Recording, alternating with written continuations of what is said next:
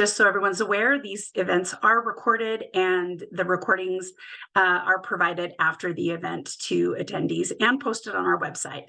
So without any further ado, Dr. Holt-Lundstad, we'd like to turn the time over to you. Thank you so much. I'm going to go ahead and share my screen so I can share my slides. Let's see here.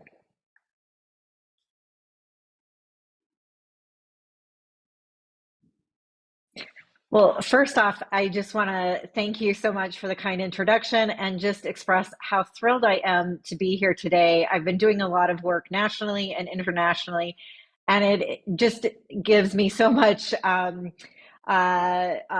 gratitude that my home state of Utah is really leading the way in terms of state level efforts. And so excited to be here to talk to you all about the importance of social connection, particularly as a core element to public health and primary prevention strategy.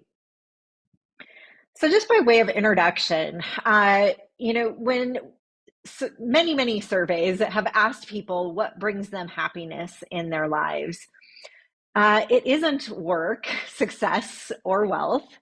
It is relationships. It's satisfying relationships with friends and family. And so relationships are one of the most important things in our lives. And yet it's also, sadly, something that we don't prioritize enough. Unfortunately, it's a truism in life that people often don't appreciate what truly matters most until it's gone or taken away. And it's clear that the global pandemic brought greater awareness of the importance of our social connections for health and well-being.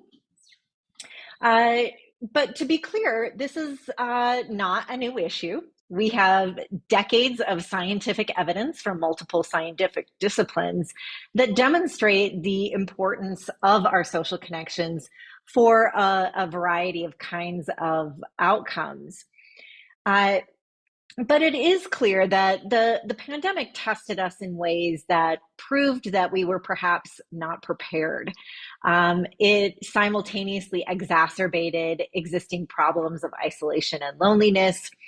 It highlighted gaps in our understanding, and it challenged our ability to mobilize in a crisis. And as a result, people suffered and communities suffered in ways that, of course, go beyond COVID-specific health effects.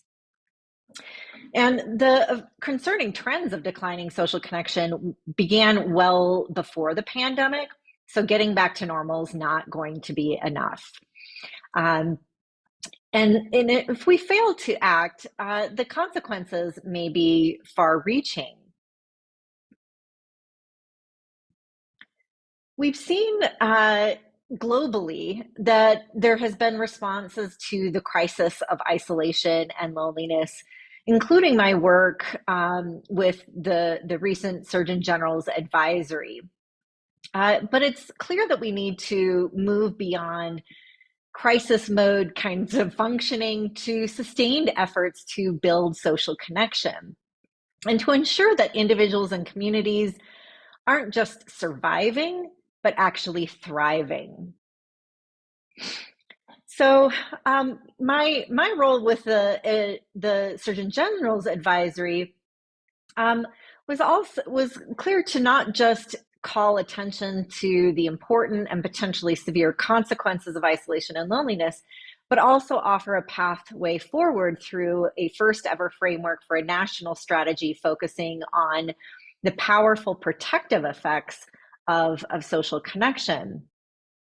And so I'm thrilled that the youth transforming communities through the youth connectedness toolkit really aligns not only with the advisory that I was involved with, but other national efforts. And I'll highlight ways in which this aligns throughout my remarks today.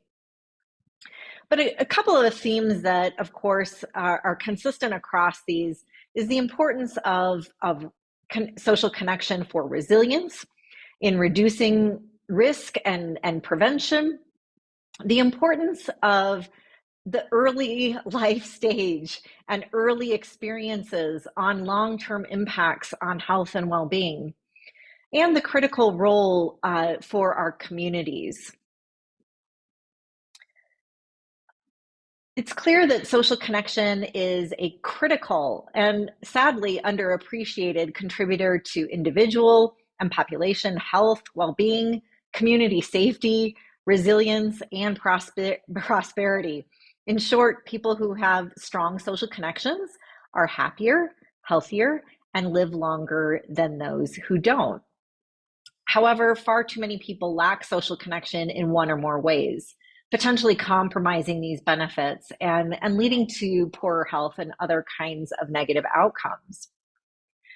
So I want to first just start by addressing, well, what do we mean by social connection? And there have, of course, been many ways in which this has been designed and measured in the scientific evidence. And so when I talk about social connection, I'll be relying on the model of connection that includes three vital components: the structure, function, and quality. In essence, recognizing that we not only need people in our lives, so that objective presence of people, including the number and variety of relationships and our interactions with others, but also the extent to which we can rely on these people. So, and the functions that they may serve to meet various needs. And then finally, that we need high quality social connections, and recognizing that not all may be positive, but higher quality relationships are important. So just acknowledging that all three of these components are important for feeling connected. They are also important for health and well-being, and that each component can be on a continuum from low to high, with high levels of connection being associated with protection and low levels associated with risk. So what does low social connection look like? That can look like being isolated, having few friends, or rarely interacting with others. It could also look like loneliness, or not having people that you can rely on. It can also look like being excluded or left out, or actual conflict in your relationships. And so each of these are important to consider. But sadly, we see that from a national standpoint, this is data from the American Time Use Survey. And what this shows is the minutes per day that people spend in various activities. And what these trends show is that unfortunately, many Americans lack social connection across many of these components. So what we're seeing is that over the last 20 years, we see that people are spending more time in isolation, less time with family, both inside and the home, less time with friends, and less time socially engaging with others and companionship. And I'll note that some of these trends are far more extreme, even among youth. So, for example, youth are showing trends of spending less time with friends and more time in isolation. So again, this is not something new. We've seen this happening over the past 2 decades. And so it's not surprising that about 1 in 2 American adults report experiencing loneliness. But how does this epidemic of loneliness impact our youth? So it may be surprising to some that younger age is often associated with greater levels of loneliness than older adults. So, for example, a recent Cigna survey showed that younger populations were nearly double or twice as likely to report loneliness compared to older adults. According to one survey or one study, they found that looking across ages from age 10 to 100, that the peak age of loneliness was 19. But one thing I want to point out is that across these studies, that loneliness was not absent at any age. And so we do see this across all ages.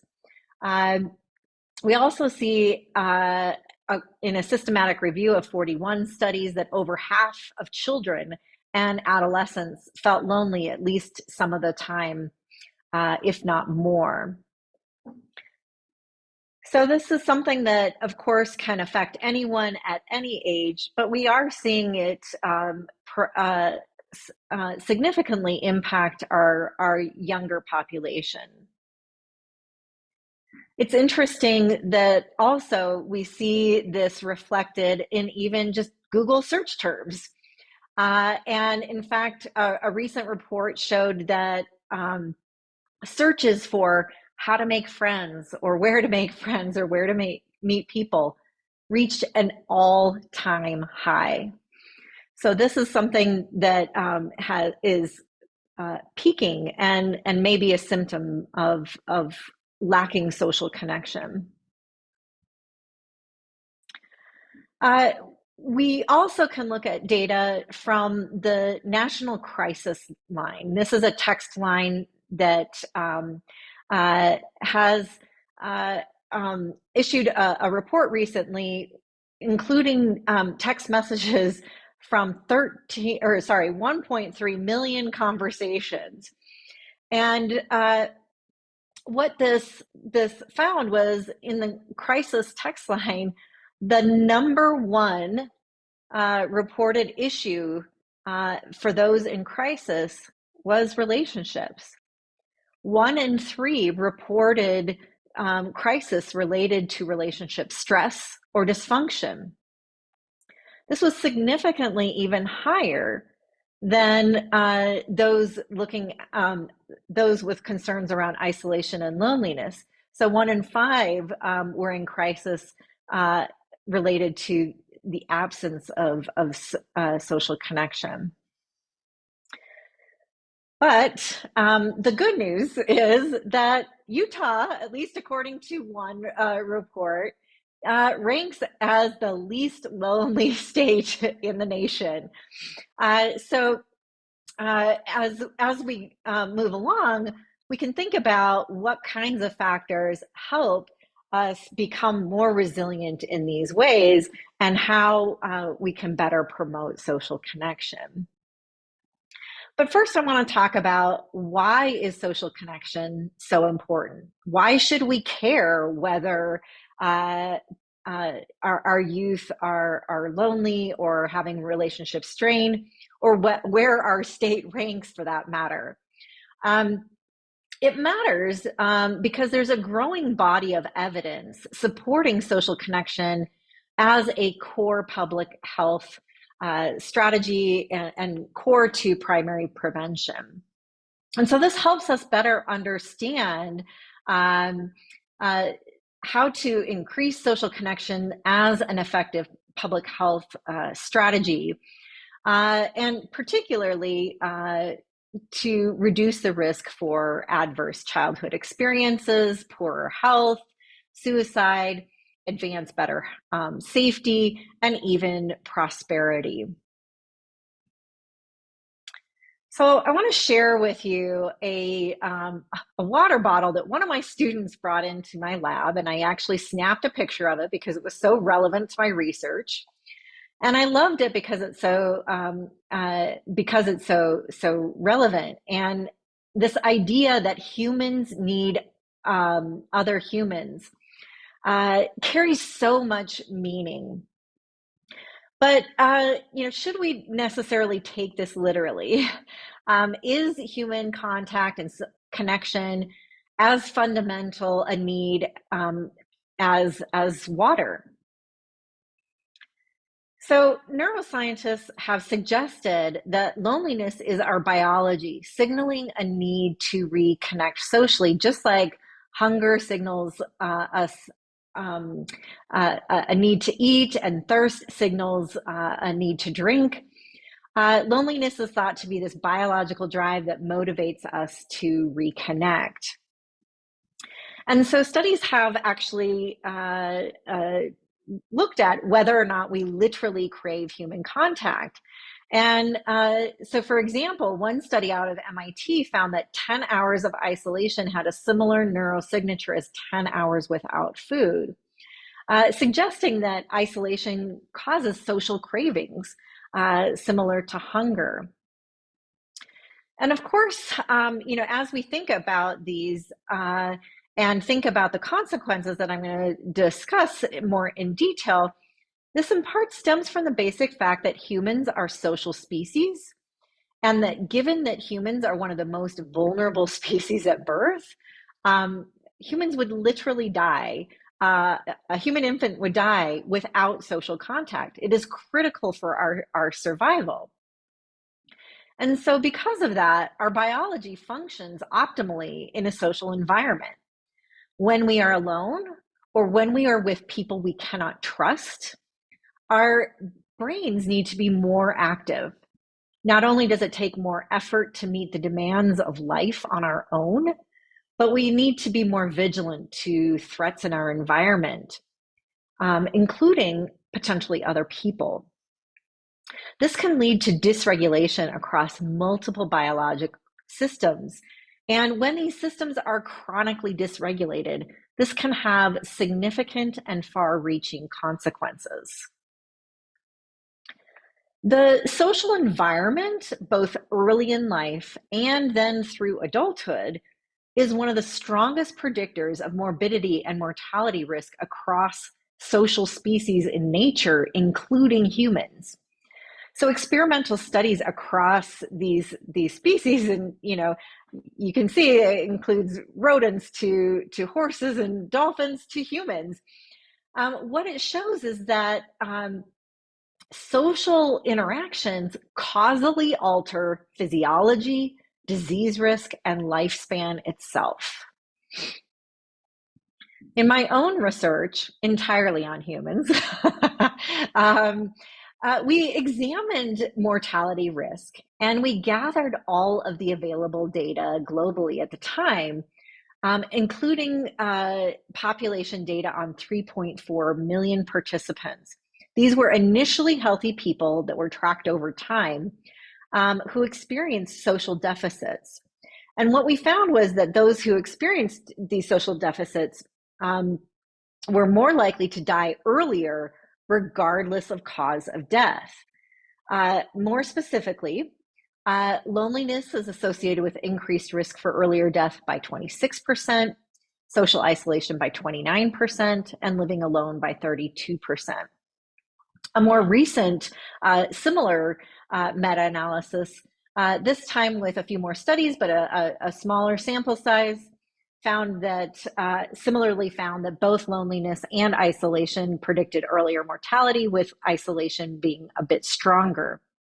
I do want to point out that most of these studies excluded suicide as a cause of death.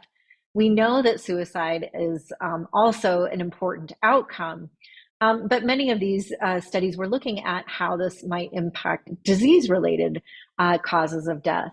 And so it's important to recognize that this is important across those different kinds of outcomes. The good news is that when we look at the opposite of that, or the converse of that, an earlier meta-analysis of 148 studies showed the protective effects of being socially connected. We found that social connection increases odds of survival by 50%. In other words, those who are more socially connected live longer. So what exactly does this mean? In putting this into context, we wanted to just simply put this in context to other kinds of factors that are well recognized risk factors for mortality, the kinds of factors that, of course, we take very seriously for public health. This is in no way to diminish or compete with these other factors. But what we see is that the various social factors that are depicted in the kind of orangish yellow bars are comparable to some of these other factors depicted in the blue bars. And we can see that they vary in their magnitude to some extent. But nonetheless, what this suggests is that our social lives, our social environment, our social relationships are just as important for our health as these other factors that receive far more attention and priority in public health. So we also have good evidence that the extent to which we are socially connected influences other aspects of health as well as economy. So not only does isolation put us at greater risk, but social connection has a protective effect on our physical health, including our risk for heart disease and stroke, type 2 diabetes. When it comes to mental and behavioral health, it's linked to risk for depression and anxiety, suicidality, and addiction.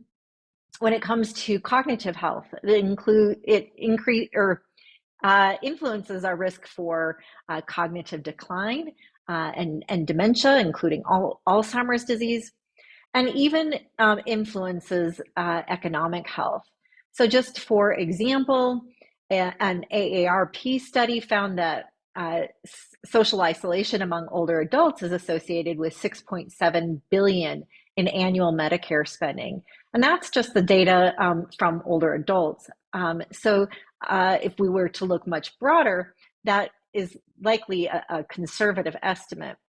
We also have evidence in terms of the impact on workplace productivity, absenteeism, and even quality of work that suggests that this might have even farther reaching economic implications beyond the healthcare related economics. I'll note that this evidence was strong enough that it prompted the American Heart Association to issue a clinical statement and guidelines on social isolation and loneliness on cardiovascular and brain health. But what I want to emphasize is that this is not something that we only see later in life. And that these effects begin early in life and stretch over a lifetime. So research has found that childhood isolation is associated with increased cardiovascular risk, including obesity, high blood pressure, and blood glucose levels in adulthood. So what happens when you're a child predicts your health as an adult. High levels of ACEs and low childhood support was the most significant predictor of adverse health outcomes in adulthood, even controlling for adult sociodemographic indicators, including things like income and education. Social support is widely documented as a protective effect for buffering against the long-term effects of ACEs.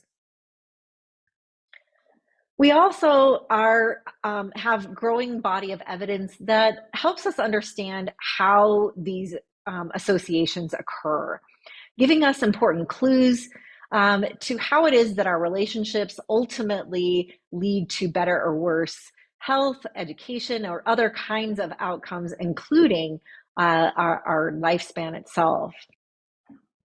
So, for example, distressing feelings of conflict or loneliness or exclusion can heighten stress, triggering increases in heart rate, blood pressure, stress hormones, and inflammatory factors. And if this is sustained over time, it can create wear and tear on the body. Just one example, chronic inflammation, interestingly, may be a common pathway, given that it is associated with so many of these diverse health outcomes. It can help us understand this common pathway between social connection and all of these outcomes. It's also important to recognize that there's a large body of literature that documents how greater social connection is linked to other kinds of health promoting behaviors. And so not only is it good in and of itself, but it also can it's associated with increasing exercise. It's related to less smoking and alcohol consumption, better sleep, better patient cooperation and treatment among those with chronic health conditions. And so it can have far-reaching kinds of effects. But research also shows that this goes beyond health effects. In fact, research shows that children and adolescents who enjoy positive relationships with their peers, parents, and teachers experience improved academic outcomes. So, for example, a review of youth mentoring programs found a positive association between these programs and improved school attendance, grades, and academic achievement test scores. School and family connectedness also during adolescent years can predict subsequent positive outcomes in early adulthood, including higher likelihood of graduating college and attaining a 4-year college degree. So activities that better connect individuals to one another, including local community-based activities and volunteering, can also equip individuals with desirable skills that make them more employable and significantly increase the likelihood of unemployed individuals to become employed. So not only does it help our health, it also increases our education and employment, which of course also can influence health.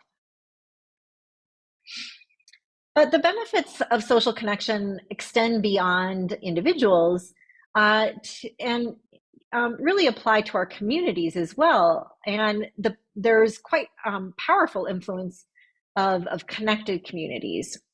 These range from population health to community safety, resilience, prosperity, and representative government, while lower levels of social connectedness suggest worse outcomes on each of these areas. So just for example, when it comes to population health, we've seen that more connected communities, this influences the spread of illness within communities, or even, for example, how well communities did in their COVID responses. It's also linked to community violence and safety. Just for example, one study showed that more connected communities had a 21% reduction in murders and 20% reduction in car thefts. But it also can influence community preparedness and resilience to potential crises. So several studies document the importance of social connections in times of crises, whether it's a personal crisis, such as losing a job, or a natural disaster, such as flooding, fires, earthquakes, a heat wave, pandemic, or war. The ability to mobilize resources through your social connections can sometimes be a matter of survival. And communities where people know each other are not only are your neighbors, often the first responders, but these communities are also better prepared for, respond to, and recover more quickly from natural hazards than those with low levels of social connection. So I just want to highlight, we've seen this firsthand in Utah. So just as an example, I live in Draper, and last month there was significant flooding, as depicted in these pictures. And yet, I was heartened to experience just how incredible, and see firsthand how communities came together. I happened to be out of town at the time, and my phone just blew up with messages of, you know, neighbors checking in on us. Are you okay? Is your home okay? Do you need anything? And many reaching out to each other, saying, asking, do you need anything? And seeing how neighbors rallied to help those in need. And we can see how that when communities are strong and connected, that this can build resilience, not only to the kinds of crises that we might expect, but also the next set of challenges that may be unexpected. Um, and so this enables us to withstand these unanticipated crises through stronger recovery and resilience. But we also uh, need to understand what leads some people to be more connected or less connected, and how we can are we able to really rely on those if we are not as connected, and how do we recognize those who may be at risk? So one thing I want to point out is that given that we are all social beings, and we all need social connection, certainly any one of us can be at risk when those needs aren't met. However, some individuals or groups may face more barriers than others. So first off, let's try and identify or look for signs, or how we might identify those who might lack social connection. And so one thing is that sometimes we need to acknowledge that it's not always obvious. And so it's not always obvious who might be lonely, isolated, or in a bad relationship.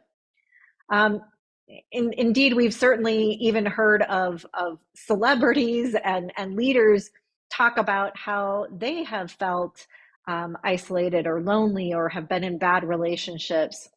And so sometimes we don't always know who might be suffering. Also, children and teens may have difficulty expressing themselves, and so they may not be able to readily tell you or express it. So we shouldn't make assumptions about who might be struggling and who might be thriving. But there are a few signs you can look for. So for instance, those who are spending significant time alone, not interacting with others as much, or have no close friend, no one that they could potentially confide in, or a recent change in their living situation, health, or relationship status. So these are signs that you can look for, not only in youth and children, but those in your own network, or even perhaps yourself, to identify this. So it is important to recognize none of us are immune, but as I mentioned, some groups face more barriers to connection, and may be at greater risk. And so research has consistently identified a few risk factors. So for example, living alone, those who are struggling financially, those who are experiencing psychological, cognitive, or physical health problems, or are experiencing sensory or functional impairments, or those who may be experiencing discrimination, whether that's based on age, race, ethnicity, sexual orientation, or identity. And as well as those who may have had some kind of major loss or life change. This could include things like losing someone close to them to death, or a move, whether that's the close individual moving, or that you as an individual have moved, and this has disrupted your social network. So for instance, a child who has moved to a new city may have difficulty meeting new friends. It's also important to recognize that a variety of factors can influence how socially connected we are. So it might be easy to view this as a personal issue because, of course, it can feel very personal. But if we draw upon the socioecological model, it helps us identify how individuals are embedded within relationships and embedded within communities and embedded within society, all of which can potentially factors related to these can contribute to this.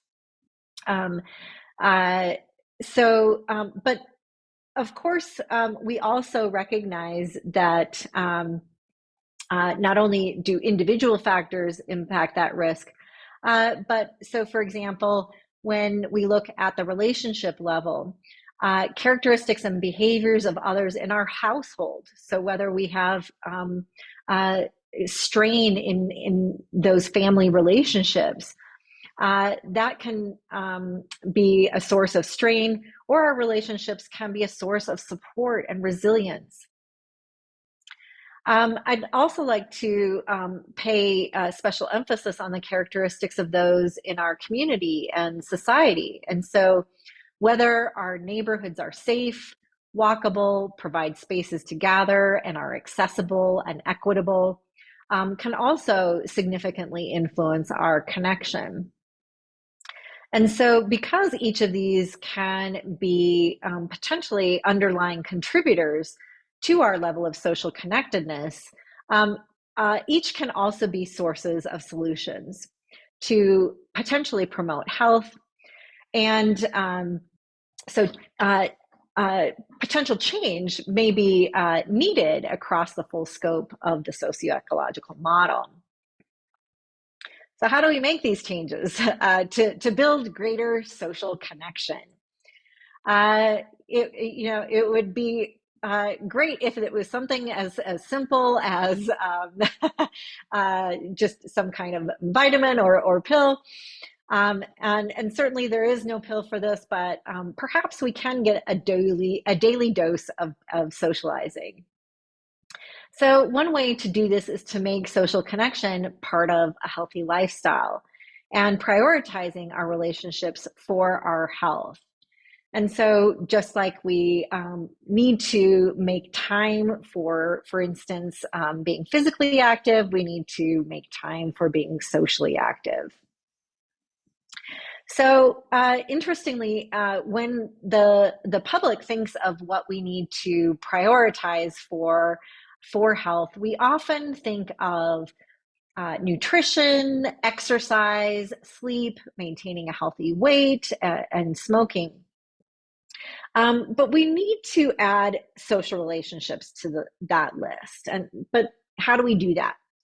So we take these kinds of things seriously because we have national guidelines that provide recommendations for what we should be striving for. It's what is taught to us in school, health education. It's what our doctors talk to us about in routine visits. And it's what's emphasized in public-facing health resources like this one depicted in the image. And so if we want to have a broader impact on public health, we need to have similar kinds of strategies in order to promote social connection. So one of the things that can inform this is recognizing that we have evidence of a social gradient. So what this means is that for every unit of increase in social connection, we see reductions in risk. And so what that suggests is that each individual is somewhere on this continuum. So, here I'm just depicting a hypothetical normal curve, and that we're all along this continuum. And what that suggests is that this is something that applies to us all. And what's really important is this social gradient is true across the life course, even in youth. And so how this can inform our strategies is also recognizing that while it's true that very targeted approaches to reach individuals that are most at risk are clearly needed, unfortunately, what these tertiary kinds of approaches are also often the most expensive and the least accessible, because we're often trying to solve a problem after it's already become very severe. And so even if we are successful, we only reach a small portion of the population. In contrast, larger efforts that focus on the protective effects of social connection through prevention efforts, instead of just affecting the extreme ends of the spectrum, we may be able to shift the population level risks, potentially lifting all boats. I want to acknowledge that, for far too long, social connection has been viewed as a personal issue or a private matter. And many assume that government and other kinds of institutions have absolutely no business getting involved with our social relationships. We value our autonomy, but this has also simultaneously placed an enormous burden on individuals to deal with problems such as isolation and loneliness on their own, when sometimes the underlying cause is factors that are outside of their control. So one thing that the pandemic clearly demonstrated is two important clues that can help us perhaps move past this approach and to inform other kinds of approaches. So one clue is that the pandemic showed us that that clearly at times external forces and external factors can influence our degree of social connectedness. It also taught us that social contact is part of almost every aspect of society. So, of course, this became clear when policy aimed at reducing social contact altered nearly every aspect of our lives. We saw how it changed how we work, go to school, travel, shop, get our entertainment, and so much more. The positive silver lining from this is that it also clearly demonstrates the relevance of every sector of society and how these sectors can be used to potentially facilitate or become barriers to connection, and how we need to think very carefully about those influences. And of course, given that early life is so critical to later health, education, and economic prosperity in adulthood, we need to consider the kinds of policies that can support parents in providing a safe, stable, nurturing environment for youth as part of prevention. So what this suggests is that we need to go beyond just individualistic kinds of approaches, or even placing this specifically as a particular sector issue, to develop more of a whole of society approach. And so to do that, my colleagues and I developed what we call the social connection framework, which is social is an acronym for the systemic framework of cross-sector integration and action across the lifespan. And so really, this draws upon and expands on the socioecological model and merges it with the health and all policy model, and expands on it in several important ways. So just to kind of walk you through this, we first consider the individual at the center of what we do. But we also recognize, just like the socioecological model, that individuals are influenced and are embedded within, relationships, community, institutions, and society. But we overlay that socioecological model with the sectors of society um, that all play a role as well, and recognizing that there are opportunities for intersection and working together and collaboration across these sectors that can approach this issue in a way that can be more efficient and more impactful. But we go beyond just overlaying these two already well-established frameworks to recognize some really important cross-cutting applications. These are in no particular order, but acknowledging that when we think about social connection, that modality might matter. So for instance, whether that's in person or tech mediated, that we need to clearly understand this from a life course perspective, and that our approaches for older adults may not translate to approaches for youth. And so as we are focused on various stages, that we are sensitive to the developmental course and what might be appropriate at that stage of life. We also need to consider issues of inclusion, diversity, equity, and access, as all of our approaches may not necessarily be equally accessible to all, and that there may be special efforts of sensitivity needed as well. And then we also acknowledge that there needs to be cross-cutting across all of these research and evidence that is guiding these kinds of approaches. So now when you put it all together, I know it looks really complicated, really messy.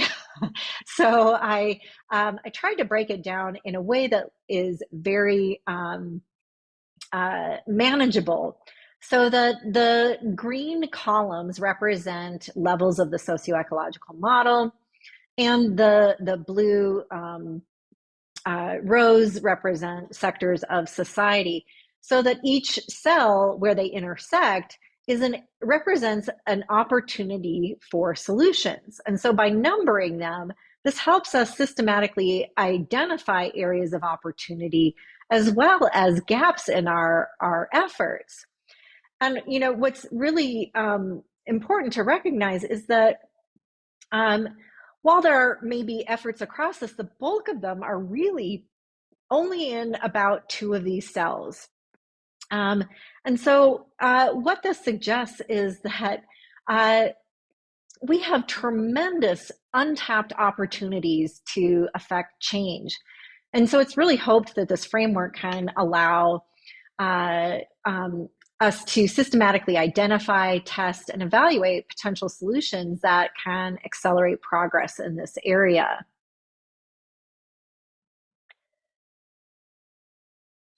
So it's clear that there's no one sector that can necessarily do this alone, and that all of these sectors are not necessarily independent. And so coordinated efforts are needed across research, policy, practice, and infrastructure.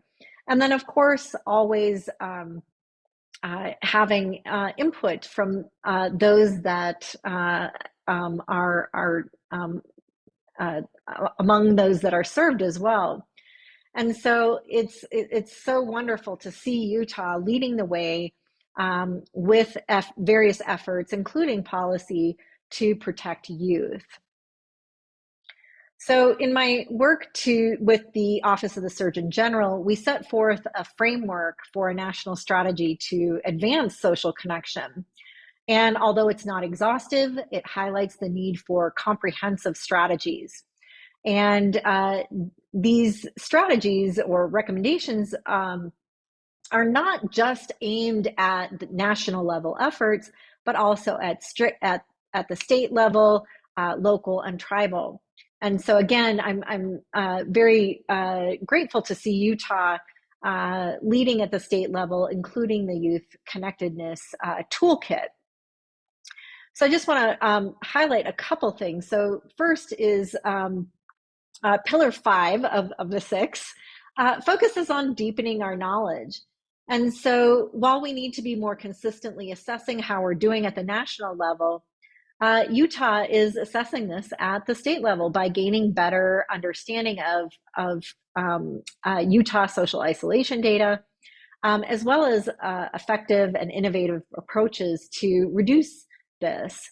And so this will better equip us to more efficiently encourage healthy social connection. So I want to just acknowledge some evidence-based recommendations that align with the Youth Connectedness Toolkit. So for example, outside the home, the school is one of the strongest influences on a child's life. This is especially true for children experiencing adversity at home, including parental substance use and mental illness, family violence, and financial instability. So schools are critical for fostering social skills, but also are sources for other trusted adults in their lives.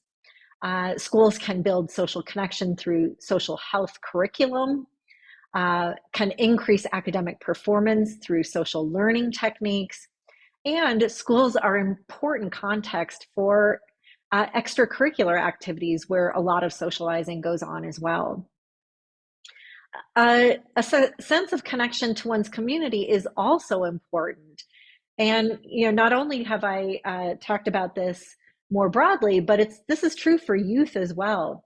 And so social infrastructure, including places, spaces to gather, volunteer opportunities, as well as involvement in decision-making, can all contribute to more connected communities and youth connected to their communities. We're also seeing that technology is increasingly becoming a source of community for youth. And while it can be a lifeline for those who lack social support locally, especially LGBTQ plus youth, or those with chronic illness or disability, it can also be sources of unrealistic social comparison, social exclusion, and bullying. So technology is rapidly evolving, so we need to be knowledgeable about both its benefits and its harms. And finally, I want to acknowledge the role of the home. So not only can parents and individuals support these other efforts, but in the home, parents can prioritize their relationships with their child, model positive relationships with others, and encourage healthy relationships with peers. I do want to acknowledge that when it comes to kind of community-based efforts, that communities can implement local action when they do this, that community participation is recommended. So local action that is co-developed is more relevant, feasible, and sustainable to implement in the long term. And so a co-design framework can empower communities to take ownership of local action and sustain the efforts beyond the phase of external kinds of supports. So I want to just finally talk about the last pillar of the national strategy, and that is cultivating a culture of connection. And so, of course, we can build programs, we can build, or we can even enact policy. But if these do not support our norms and values of our communities, they will be unsuccessful. Unfortunately, changing norms is often very challenging. We need to support norms that value kindness, respect, service, and commitment to one another. The home, school, and community are all important contexts for our youth, And so reinforcing these values and supporting these norms through parents, teachers, and other trusted adults, as well as peers, may be critical to success. So I want to leave you with a small challenge that is based on a study that I conducted with my colleagues. We designed a multi-country randomized control trial with thousands of participants where we randomly assigned half to a kind challenge and others to a control group. The group that received the kind challenge were asked to simply do small acts of kindness for their neighbors at least once a week for a month.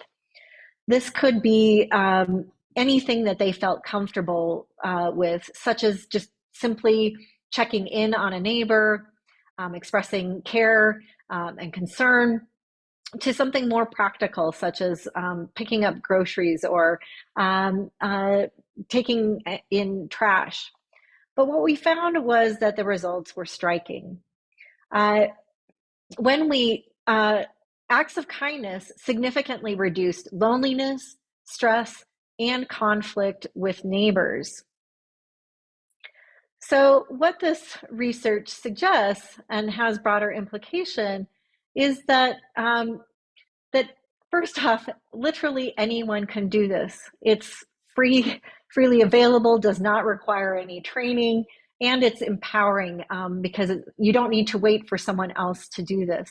But what is most striking about this is that in this study, we were only measuring the effects on the person performing the acts of kindness, and presumably those on the receiving end may have also benefited. So what this evidence suggests is that we can cultivate a culture of kindness in our communities. And so I want to just conclude by offering a challenge, one small step that each one of us can do today, and that by doing this, that not only are we potentially helping others, but it also helps ourselves. Thank you. Thank you so much, Professor Holt-Lundstadt. That was just amazing and exciting to hear about, and love this idea of having an action item as we break today to go out and just even if it's holding open a door or giving a smile or a little extra kindness at the drive-through, I think it goes a long way. There were a couple of questions that came in that I'd like to quickly go over, and then we'll turn the time over to Nathan.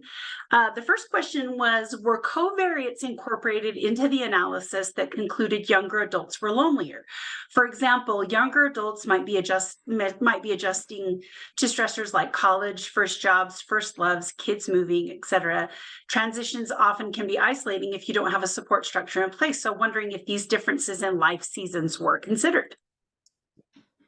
It's an excellent question, and all of those factors certainly may be contributors to why we're seeing those kinds of trends. And so different studies use different covariates, so it's hard to necessarily make a blanket statement. Some use more than others. What I can say is that most studies do covary for depression. Isolation and loneliness can often co-occur with depression. And so a frequent question is, are we really just talking about depression here? This is independent of depression. But many of those life kinds of adjustments are certainly potential contributors. Sometimes they're included, sometimes they're not. Perfect, thank you. And then another question related to that, when you were when you were looking at the impact on life expectancy, was the presence of a pet or pet ownership, was that ever considered like that? We hear a lot about emotional support animals and the way that pets can positively impact. I don't know if you're aware of anything that's been done that kind of looks at those two issues together. So it's interesting because they're often studied separately. And in fact, so the data that I presented is on human contact, and so it would not include pets. There is some evidence to suggest that that pet ownership may be helpful. And there's varying kind of hypotheses around why that might be the case, beyond just companionship, but also, for instance, dog ownership. Um, that particular uh, uh, pet has been linked to greater activity, not only physical activity, because dogs need to be walked, but also gets people out in their community. So they're more likely to say hello to other people in their community. So, how pets can connect us to other humans. um, and so there is some evidence out there, but my research has focused primarily on humans. Fantastic. Thank you. And then another question that came in kind of related to the covariant question was, what are the differences in degrees in loneliness between extroverts and introverts? For instance, a more inverted people enjoyed kind of the disconnection and the solitude of COVID, where more extroverted people were really struggling a lot more with loneliness. So do you ever take into consideration the different levels of extroversion and introversion into these studies? Yeah, so it's so interesting because I remember all of the memes, right, when the pandemic, and we were still in that initial lockdown, and seeing all the memes that introverts have been training for this our whole lives. Reach out to an extroverted friend who may be suffering. And interesting, there was a large multi-country study that showed that perception actually is not accurate. And in fact, what they found was that extroverts actually fared better uh, during that time. And so, it's interesting because uh, while while extroverts and introverts may have different kinds of preferences about how their social needs are met, we all have social needs. And so if those needs are not met and we are feeling lonely, that risk is consistent. And so, it's important to note that introverts can get lonely too. So we shouldn't make assumptions. And in fact, some evidence suggests that introverts may be at greater risk for isolation and loneliness. So again, it underscores that we shouldn't make assumptions about who is and isn't lonely, because it may not necessarily correspond with what we are expecting. For sure. I always kind of use this comparison that my need for a little solitude from my children from time to time is very different than having patterns or consistent feelings of being socially isolated or disconnected. And so, yeah, solitude very good for us sometimes, but also important to have those connections. Nathan asks whether or not there have been if you have any research or any studies done on how spiritual beliefs or connection with a higher power or prayer might impact feelings of perceived social isolation or social connection. Another excellent question. It's interesting because we can think about our connection to, some have conceptualized our connection in multiple ways in terms of our connection to ourselves, connection to other individuals, connections to our communities, and connections to, a higher power or divinity. And unfortunately, not all studies measure it in that way. And so it's often more often measured at the relationship level. And so we don't have as much evidence around that. But the evidence that we do have does suggest that it can be important, not only our relationship to God or a higher power, but also being a member of a faith-based community can be an incredible source of support and belonging. And so there is quite a bit of research on the protective effects of being involved in religion or faith-based communities, as well as spirituality. Thank you. I think that's an excellent point. Braden asks a really excellent question in the chat, but I think we're going to hold off and wait and answer that one at the end, because I think that it will be kind of a good summing up question. Nathan, I'm going to turn the time over to you, and we'll ask that you go through this data really quickly, and I promise everyone that these slides will be made available afterwards. So if we have to kind of breeze through a little bit of this Utah specific data, you'll have the links so that you can look to it, and you can reach out to Nathan anytime for additional information. So go ahead, Nathan. All right, yeah, as Joey said, I'll have to be really quick. I won't have time to really talk about the research and things here, but positive childhood experiences research is something that's been kicking into gear over the last 10 years. I think this being an ACEs learning collaborative, people might be aware of the ACEs research and know that with increased childhood adversity, you have increased risk of negative health outcomes in the future and early death. And the positive childhood experiences research is really hopeful, and it's nice because it points to similar things. It's a retrospective study type of thing where adults talk about their childhood, and we included these questions in our 2022 adult population health survey. And so we'll be getting this data in the next few weeks about what positive childhood experiences adults in Utah had, and that can be really important in the amount of positive childhood experiences that they're providing to their kids. But positive childhood experiences are really centered around building healthy relationships and connectedness within the family, school, and community environments. What the research shows is basically independent of how much adversity you had as a child. If you had these positive childhood experiences, then you can have healthy outcomes in the future. And so it's really important research and really important data that we're excited to see.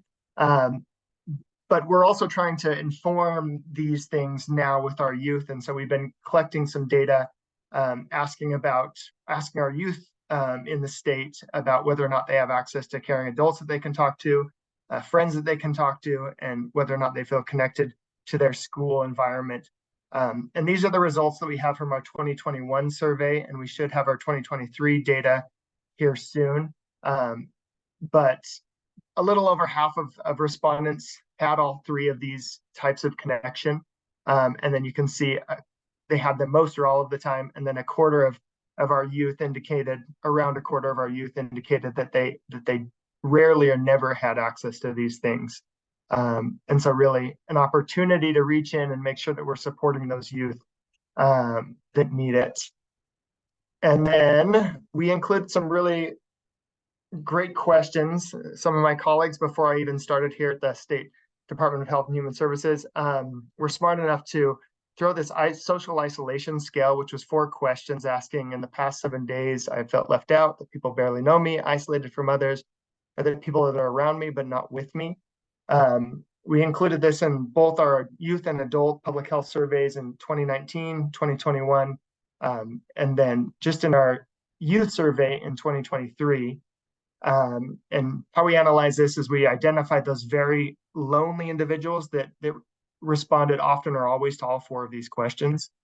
And what we found was that our youth, just like Julianne's research that she was showing from national data, our youth were at the most at risk of identifying as very lonely. And here in Utah, this Utah data, it was our 10th graders specifically that were the most likely to be categorized as very lonely. And the really concerning thing that we saw is between that 2019 and 2021, we saw a significant increase across grade levels for our youth. in individuals who fell into this category of very lonely, from 10.7% up to 16.1% in 2021. And we just got our 2023 data. I don't have it on here, but we've kind of stayed high. And so really concerning about the impacts of the pandemic on our youth. Our adult respondents were less likely to indicate that they were very lonely.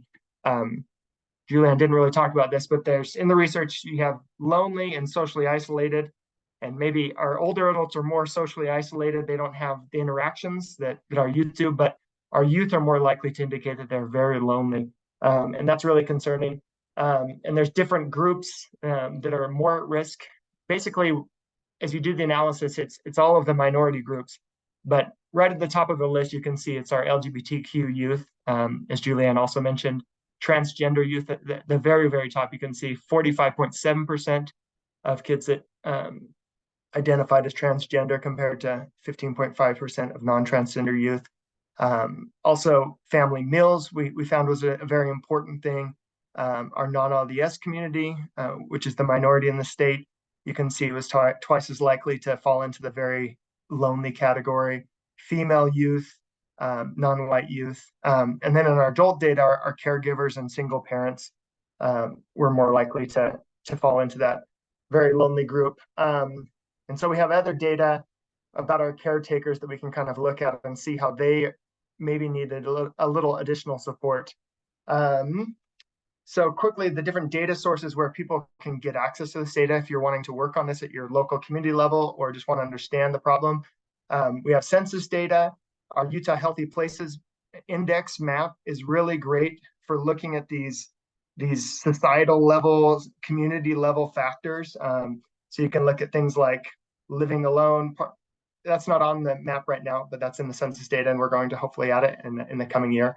Park access, library access, broadband access, some of those things are available there. And then there's also policies to help improve those things within this tool.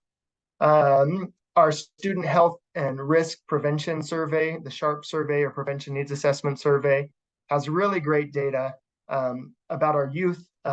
If you go to the SHARP's reports that are released every other year, there's state level, and then at the different county levels or district or local levels, they have these reports where they kind of break down protective factors at the community, family, and school level that exist that are really around connectedness. These are aggregate measures, but you can find within IBIS, our public health data system that we have, or there's also a SHARP's web tool where you can break the data down and look at each of the individual factors. Like here you can see close to your mother, close to your father, liked school, liked their neighborhood. And so informing the work at your local level, you can look at these specific questions and see where there's opportunities for intervention. And our adult public health surveys, we have that data available on IBIS. Like I said, the positive childhood experiences data will be released here soon, and we'll hopefully have it up on IBIS. And also, we're hoping to get it. We're asking those questions again in 2024, so we'll be adding to that mapping, Healthy Places Index as well, those things. And then the National Survey of Children's Health, as well as PRAMs, we've been including connectedness questions there, and we're looking at a surveillance plan of all the different ways that we can be gathering better connectedness data in the state to kind of inform prevention at all levels here in the state. And if you have any questions or need any support in finding data, I'm happy to help and would look forward to working with whoever. And I'll turn the time over to Joey so she can kind of talk about some of the data that we've released in different reports and some of our efforts that are coming up. Okay, thank you, Nathan. That was like a really fast speed course, but hopefully when you guys get the slides afterwards, there'll be some information in there that will be helpful to you. A couple of the things that we're working on at the state level are the first one being the Together Utah campaign. This campaign is still in the development phases, but there's a lot of interest and excitement about this through our upper leadership. The Together Utah campaign will be a strength-based public awareness campaign that will be focused on increasing protective factors, specifically positive childhood experiences, but also positive adult experiences, because we realize that connection is something that needs to be fostered across the lifespan. It is also focused on reducing stigma associated with help seeking, because in order to have more connected communities, we need to change social norms that make it less comfortable for us to reach out for help when we need it.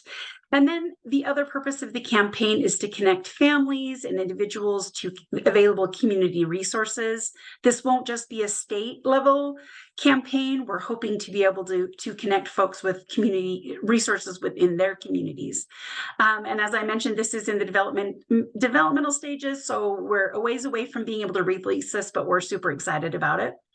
And then, as Julianne spoke about today, she mentioned our Youth Connectedness Toolkit. Go ahead, Nathan. This QR code will take you to the Youth Connectedness Toolkit on our website.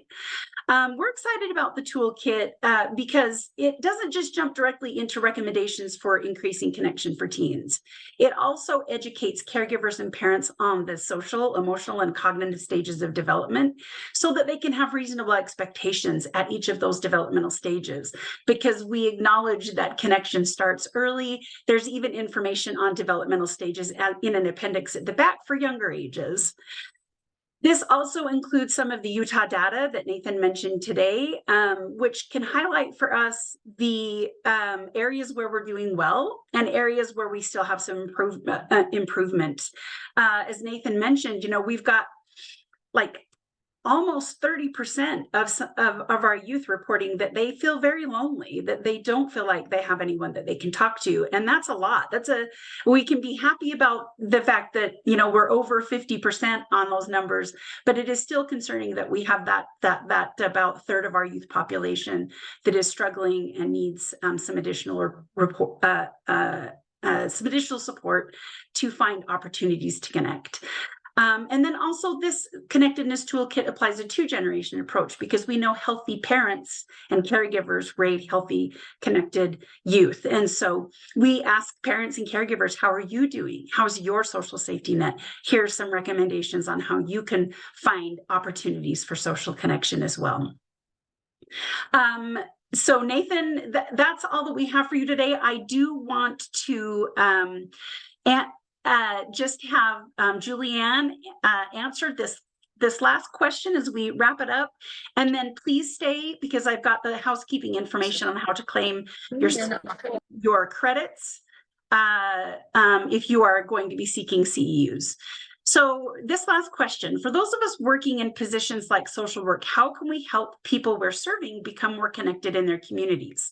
Social connectedness has really plagued many I've worked with and made my positions more challenging. For example, as a former housing care manager in homeless services, my clients are often become depressed and lonely when I house them. When they were in the parks or in the shelters, they were surrounded by friends and community, and had a community, which was lost when they became housed. He says, I'm always stumped on how to help them with this. Do you have any suggestions? So one of the things that is always important is to really understand the situation of the people you're trying to serve. And so first and foremost, understand the barriers that they are facing and try to help them overcome some of those barriers. And it sounds like you've already identified a few. So that's you're already one step ahead. But as I was listening to this question, one thing that it reminded me of is similar to the study that I mentioned at the end, is that we have considerable amount of evidence that by supporting others, we help ourselves.